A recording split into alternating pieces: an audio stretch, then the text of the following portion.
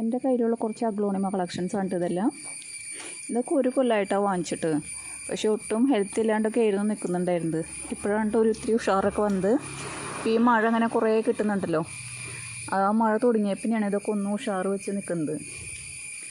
ഈ ചെടിയൊക്കെ നല്ലൊരു ചെടിയാണ്. എനിക്കിതിൻ്റെ പേരൊന്നും അറിയില്ല കേട്ടോ.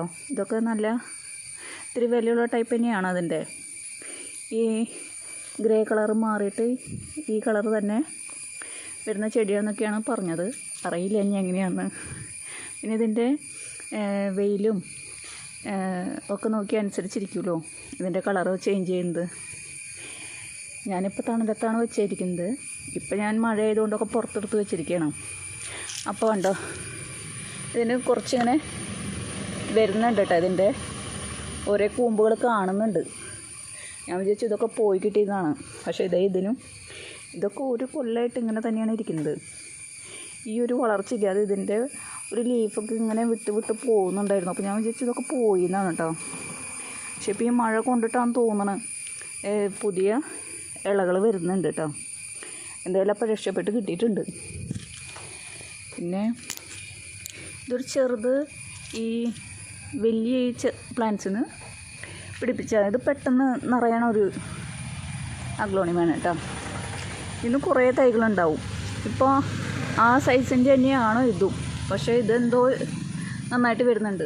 അതുപോലെ തന്നെ ഇതും ഈ ലീഫ് ഇങ്ങനത്തെ ഈ ലീഫും നിറയെ ഷൂട്ടുകൾ വന്നിട്ടുണ്ട്. ഇതിൽ നിറച്ച് വന്നിട്ടുണ്ട്, ഒരു 4-5 എണ്ണം കണ്ടോ. പക്ഷെ ഒക്കെ ഒരേ പ്രായക്കാർ തന്നെ ഒരുമിച്ച് വാങ്ങിച്ചു വരാം. ഒറ്റ സ്റ്റം തന്നെ ഉണ്ടായിരുന്നുള്ളൂ. പക്ഷെ എന്തുകൊണ്ടോ ഇതൊക്കെ ഇങ്ങനെ തിക്കായിട്ട് വന്നിട്ടുണ്ട്. ഇതൊക്കെ ഇങ്ങനെ തന്നെയാണ് നിൽക്കുന്നത്. ഇപ്പം എന്താ ഇതിനുള്ള വളമൊക്കെ ഇട്ട് കൊടുത്തിട്ടുണ്ട്. അവരൊക്കെ പറഞ്ഞ വളങ്ങളൊക്കെ ഇട്ട് കൊടുത്തിട്ടുണ്ട്. ചിലത് സ്ലോ ഗ്രോത്താണെന്ന് പറയുന്നുണ്ട്. അപ്പോൾ ചിലപ്പോൾ ഇതൊക്കെ സ്ലോ ഗ്രോത്തിൽ പെട്ടതാണോ എന്ന് എനിക്കറിയില്ല. എന്തായാലും എനിക്ക് വളരെ ഇഷ്ടപ്പെട്ട ചെടികളായതുകൊണ്ട് നമ്മളെത്ര കാശ് കൊടുത്താലും വാങ്ങുന്നു. ഇത് അഗ്ലോണിമ തന്നെയാണോ? അത് ഞാൻ ഗൂഗിളിലൊക്കെ സെർച്ച് ചെയ്യുമ്പോൾ ഇതിൻ്റെ പേരുകളൊക്കെ എന്തോ വായിൽ കൊള്ളാത്ത പേരുകളൊക്കെയാണ് ഞാൻ കാണുന്നത്. പിന്നെ ഇതൊക്കെ പോയതായിരുന്നു കേട്ടോ. ഇതിപ്പോൾ ഈ മഴയത്ത് മാത്രം പൊടിച്ച് വന്ന് കിട്ടിയേക്കുന്നതാണത്. പിന്നെ ഇതുണ്ട്. പിന്നെ ആകെ പോയെന്ന് വിചാരിച്ച് ഇരുന്ന ഒരു 3 ആളാണ് കേട്ടോ ഇത് കലാത്തിയുടെ.